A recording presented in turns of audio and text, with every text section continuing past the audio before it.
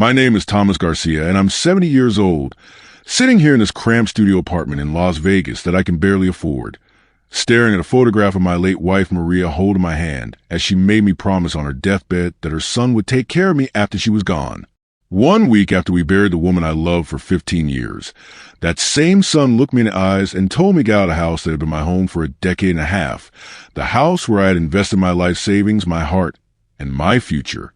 I'd love to know where you're listening from today, so please share your location in the comments below. And if this story touches something in your heart, I hope you'll consider subscribing, because what happened to me shows how quickly a step-parent can go from family member to unwanted stranger when death changes everything. Let me take you back to the beginning, so you can understand how a love story that brought me such joy could end with such devastating betrayal and abandonment. I was 55 years old when I met Maria Rodriguez at a community center dance class here in Las Vegas. I had been divorced for 8 years and was honestly starting to think that companionship and love were things I'd never experience again at my age. Maria was 52, a beautiful woman with warm brown eyes and a laugh that could light up any room she entered. She had been widowed for 3 years after losing her husband Roberto to a heart attack, and she was slowly learning to navigate life as a single woman while raising her teenage son, Carlos, who was 17 at the time we met. Our courtship was gentle and patient. Two people who had been hurt by life, but were brave enough to open their hearts again. We spent months getting to know each other, sharing stories about our past marriages, our hopes for the future, and our fears about growing older alone. Maria told me about Roberto, how much she had loved him, and how difficult it had been to watch him struggle with heart disease for years before his death. I share my own story of a 23-year marriage that had ended when my ex-wife decided she wanted to explore life without the responsibilities of family. She had left me and moved to California with a man 10 years younger, leaving me feeling like I had failed somehow, like I wasn't worthy of lasting love and commitment. But with Maria, everything felt different. She saw value in stability, in loyalty, in the kind of steady devotion that I had always believed was important, but that my first wife had ultimately rejected. Maria appreciated my work ethic, my financial responsibility, and my desire to build something meaningful together. I worked as a maintenance supervisor for a large hotel on the Strip, a job that paid well and provided excellent benefits, including health insurance and a solid retirement plan. I had managed to save a considerable amount of money during my years as a single man, and I owned a small house in a quiet neighborhood on the outskirts of the city. My financial situation was stable and secure, something that gave me confidence as I considered the possibility of remarrying. Maria worked as a seamstress for a dry cleaning business, skilled work that she took pride in, but that didn't pay particularly well. She rented a small apartment with Carlos and struggled sometimes to make ends meet, especially as Carlos prepared for college and the expenses that would come with his education. Her financial situation wasn't dire, but it was definitely more precarious than mine. When Maria and I decided to get married after 18 months of dating, we had many conversations about how to blend our lives and our finances.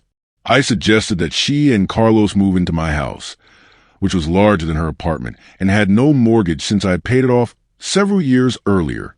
This would allow Maria to save money on rent and give Carlos more space as he finished high school. Maria was hesitant at first, worried about being dependent on me financially, and concerned about how Carlos would adjust to living with a stepfather. But I assured her that I wanted to take care of both of them, that building a family together was more important to me than maintaining separate households and finances. Carlos was initially suspicious of me, which I understood completely. He had been the man of the house for 3 years after his father's death, helping his mother with decisions and taking on responsibilities beyond his age. The idea of another man stepping into that role was probably threatening to him, and I tried to be patient and understanding as he adjusted to the changes in his family structure. I never tried to replace Carlos's father or to force a father-son relationship that felt artificial or unwelcome. Instead, I focused on being a positive presence in his life, helping with college preparation, offering guidance when he asked for it, and showing respect for his memories of Roberto. I wanted Carlos to see me as an ally and supporter rather than a replacement or competitor. When Maria and Carlos moved into my house in 2008, I was happier than I had been in years. For the first time since my divorce, I felt like I had a real family again. Maria brought warmth and life to rooms that had been empty for too long, and even Carlos began to warm up to me as he saw how much happiness I brought to his mother's life. I encouraged Maria to quit her job at the dry cleaning business and pursue her dream of starting her own alteration service. I converted part of our garage into a workspace for her, buying professional sewing equipment and helping her build a clientele of customers who appreciated her skill and attention to detail. Within 2 years, Maria's business was thriving, and she was earning more money working for herself than she ever had as an employee. I also helped Carlos with college expenses, covering tuition costs that Maria couldn't afford and providing him with a reliable car for transportation to and from campus. I wanted him to focus on his education without worrying about financial stress, and I was proud to be able to provide opportunities that his mother couldn't have offered on her own. Over the years, our family settled into comfortable routines and traditions. We celebrated holidays together, took family vacations, and built the kind of stable home life that all three of us had been missing. I loved coming home from work to find Maria in her sewing room, focused on a project, and I enjoyed the conversations Carlos and I would have about his classes, his career plans, and his perspectives on life. I also made significant improvements to the house during these years, renovating the kitchen, updating the bathrooms, and adding a covered patio where Maria loved to sit with her morning coffee. I estimated that I invested close to $60,000 in home improvements during our marriage, money that increased the property value, but also reflected my commitment to creating a beautiful home for our family. As Carlos graduated from college and started his career, I was proud to see him become a successful young man. He found work as a graphic designer and eventually started his own freelance business, showing the same entrepreneurial spirit that his mother had developed with her alteration service. Our relationship had evolved from the initial suspicion to mutual respect and genuine affection.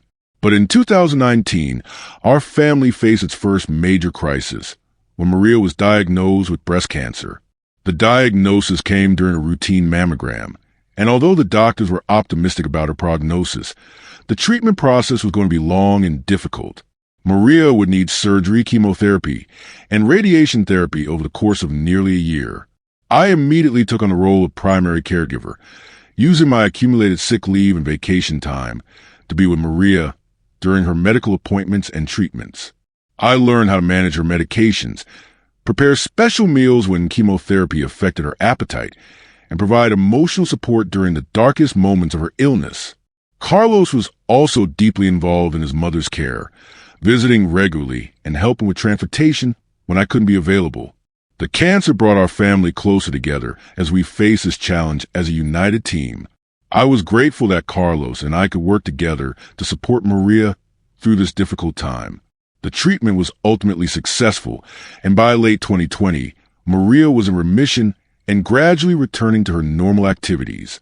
Her sewing business had suffered during her illness, but I encouraged her to take the time she needed to recover fully before worrying about rebuilding her clientele.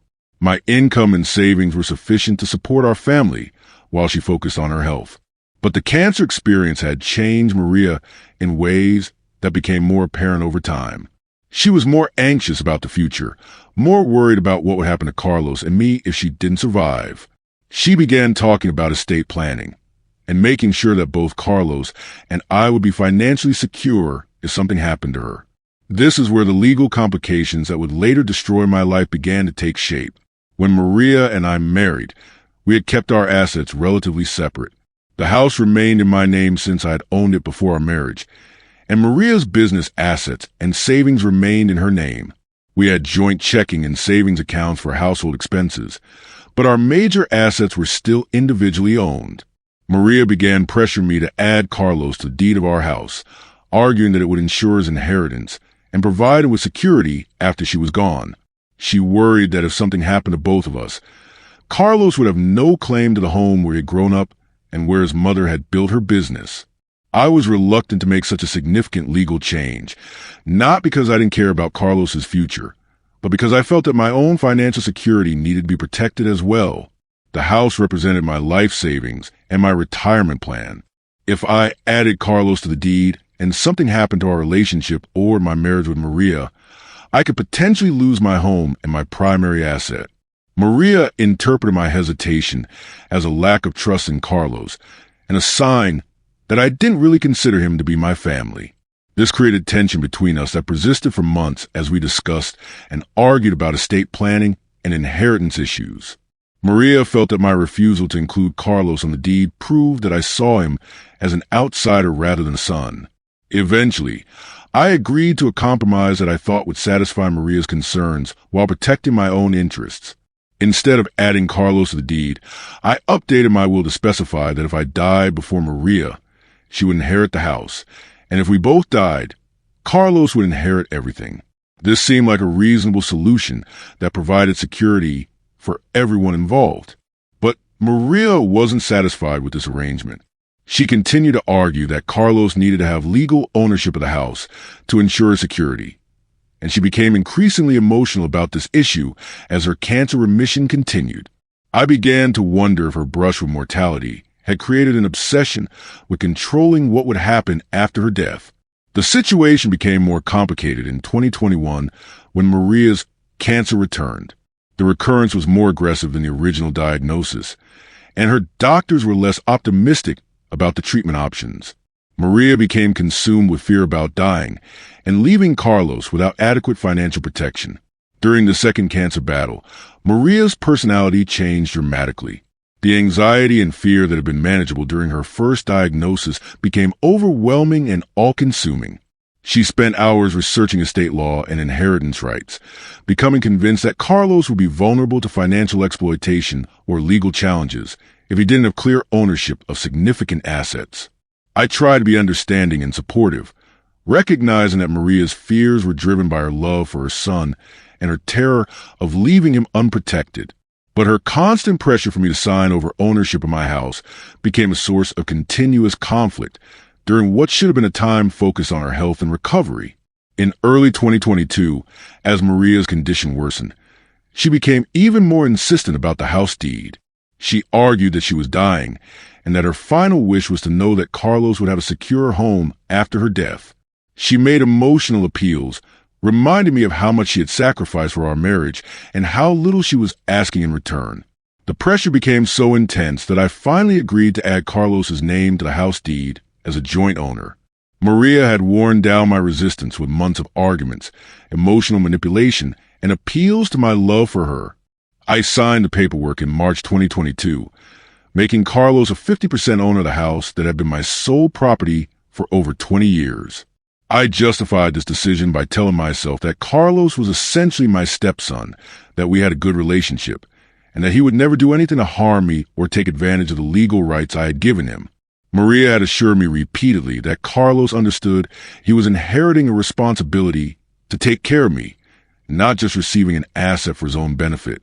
Maria's health continued to decline throughout 2022, and by December, it was clear that she was dying. The doctors estimated that she had weeks or perhaps a month to live, and we began making preparations for her death and my life afterward. These conversations were heartbreaking but necessary as we faced the reality that our 15-year marriage was coming to an end. During one of our final conversations, Maria made me promise that I would continue living in our house and that Carlos would take care of me as I aged.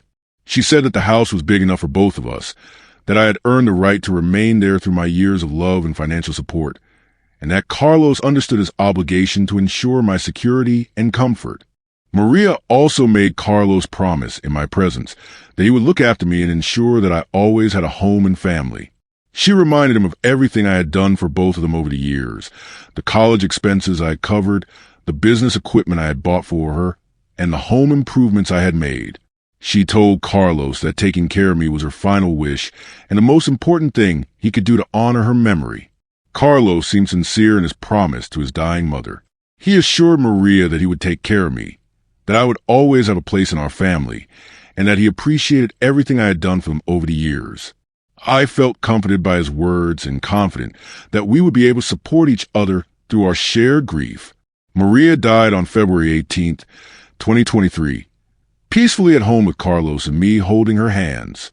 Losing her was devastating for both of us, and in the immediate aftermath of her death, Carlos and I leaned on each other for emotional support.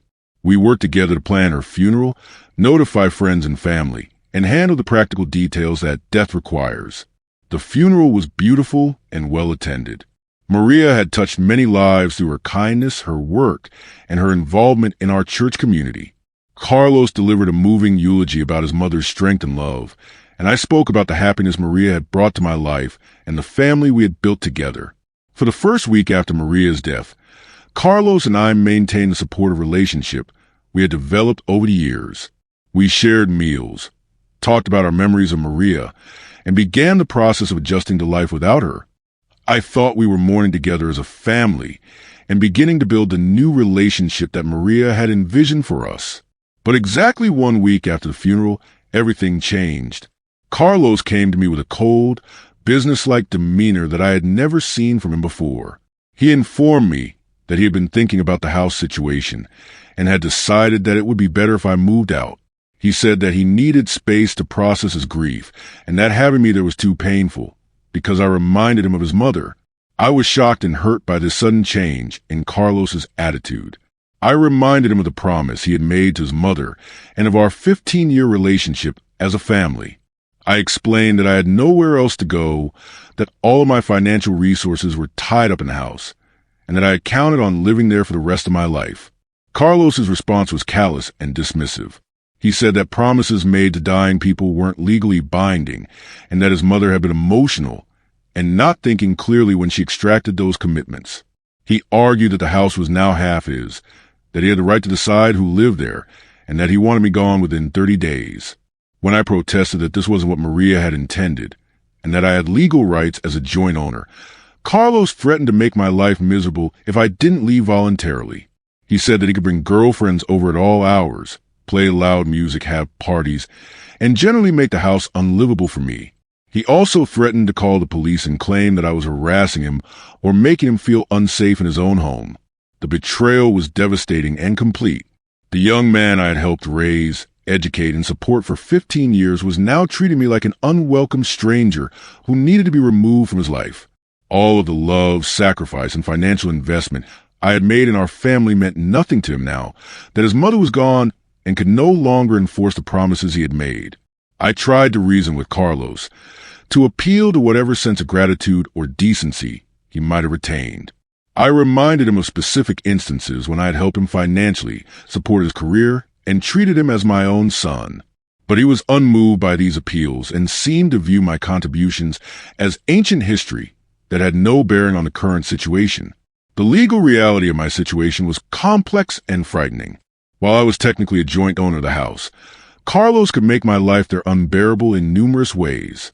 He could refuse to contribute to household expenses, force me to pay all utilities and maintenance costs, and create an atmosphere of conflict and hostility that would be exhausting for someone my age. I consulted with an attorney about my options, but the legal advice was discouraging. Forcing a sale of the house would require going to the court system, a process that could take years and cost thousands of dollars in legal fees. Even if I ultimately prevailed, I would likely end up with only half of the proceeds, barely enough to buy a small apartment in Las Vegas's expensive housing market. The attorney also warned me that Carlos's threats to call the police and claim harassment could result in serious legal problems for me.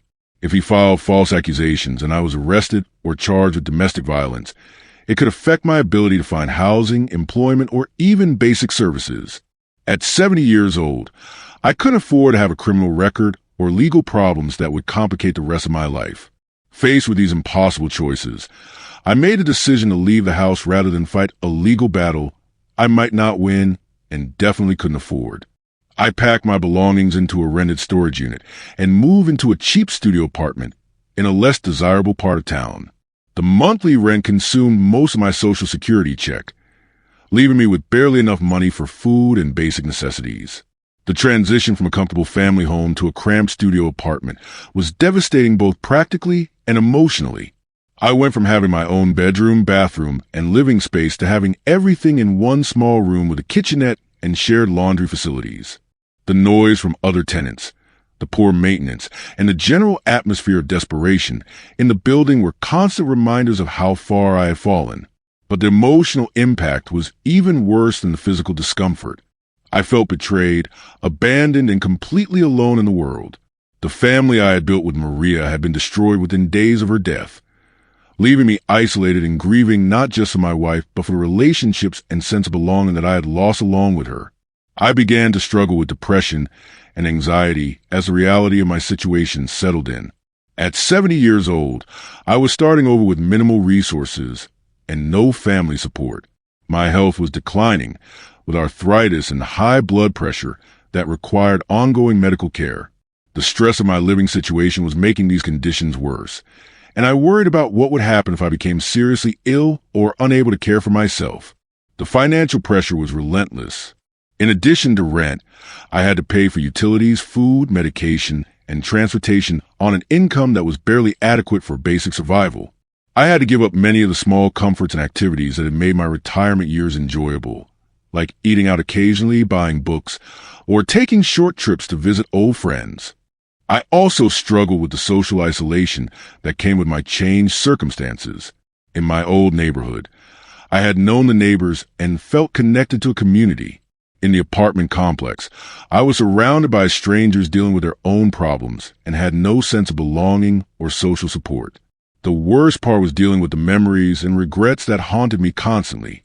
I replayed the decisions that had led to my current situation, wondering if I should have handled things differently with the house deed, the estate planning, or my relationship with Carlos. I tortured myself with thoughts about what Maria would think if she knew how quickly her son had abandoned his promises and betrayed the man she had loved.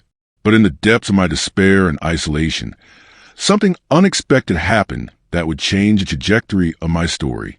About 4 months after I moved out of the house, I received a phone call from Maria's sister Elena, who lived in California and hadn't been able to attend the funeral because of her own health problems. Elena had been trying to contact Carlos to get updates on how I was doing and to express her condolences for our loss. When she couldn't reach him, she had tracked down my phone number through mutual friends and called me directly. During our conversation, I told her about what happened with Carlos in the house, and Elena was horrified by her nephew's behavior. Elena informed me that Maria had spoken with her extensively about estate planning and her concerns for my welfare after her death. According to Elena, Maria had been very specific about her intention that I should continue living in the house and that Carlos should take care of me as family. Maria had even mentioned updating her will to include specific language about these arrangements. This conversation led Elena to suggest that we should look for Maria's will and any other estate planning documents she might have created. Elena remembered Maria mentioning that she had worked with an attorney to create or update legal documents during her final illness, but neither Carlos nor I had found any such documents when we went through Maria's personal papers. Elena offered to help me search for these documents and to pay for an attorney to help me understand my legal rights. She felt guilty that she hadn't been more involved in Maria's final months and wanted to honor her sister's wishes by ensuring that I was treated fairly and with dignity. The search for Maria's took several weeks, but eventually we located the attorney she had worked with during her final months. The lawyer had indeed prepared updated estate planning documents that included specific provisions for my care and welfare after Maria's death. These documents had been properly executed and filed, but Carlos had apparently never followed up to retrieve them or implement their provisions. Maria's will included language requiring Carlos to allow me to continue living in the house for the remainder of my life, with specific penalties if he failed to honor this arrangement. She had also set aside money in a separate account to help cover household expenses and my care, money that Carlos had access to but had never mentioned to me. Most importantly, the will included a clause stating that if Carlos failed to honor the provisions of my care, his inheritance would be reduced and alternative arrangements would be made for my housing and support. Maria had anticipated the possibility that her son might not keep his promises and had created legal protections to ensure my welfare. Armed with this new information, Elena helped me hire an attorney who specialized in estate law and elder abuse. The attorney reviewed Maria's will and determined that Carlos had violated multiple provisions of the document by forcing me to leave the house and failing to provide the support that his mother had legally required. The legal action that followed was complex but ultimately successful. Carlos was required to allow me to return to the house, provide the financial support that Maria had designated for my care, and pay damages for the hardship he had caused by violating his mother's wishes. The attorney also helped me understand my rights as a joint owner of the property and develop protections against future harassment or attempts to force me out. The resolution of the legal case took nearly 8 months, but in the end, I was able to return a home I had shared with Maria and to reclaim the security and dignity that Carlos had tried to steal from me. The back payments from my care expenses allowed me to recover financially from the months of hardship and to feel confident about my future security. More importantly, the experience connected me with Elena and other members of Maria's family who had been horrified by Carlos's behavior and wanted to ensure that I felt supported and loved. While I couldn't recover the relationship with Carlos or the family structure that Maria had envisioned, I found new sources of connection and belonging that helped heal some of the emotional damage from his betrayal. Today, I'm back in the house that Maria and I shared, surrounded by memories of our life together and the love we built over 15 years. The rooms where we celebrated holidays, shared meals, and comforted each other during difficult times have become a sanctuary where I can age with dignity and security. Carlos and I have no relationship now, which saddens me but no longer surprises me. He has shown his true character through his actions, and while I don't hate him, I've learned not to trust him or expect anything from him beyond what the law requires. Sometimes people reveal who they really are when they think no one is watching, or when they believe they have power over others. I've also become involved with organizations that help elderly people who have been victims of family financial abuse or abandonment. My story has helped other seniors understand their rights and seek legal protection when family members try to exploit their vulnerability or desperation.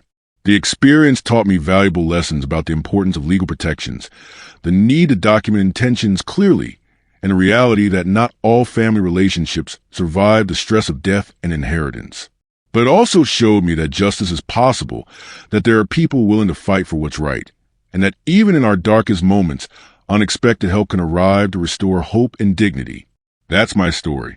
How my stepson broke his deathbed promise to his mother and threw me out of my own home, but how my sister-in-law and the legal system ultimately restored my rights and security.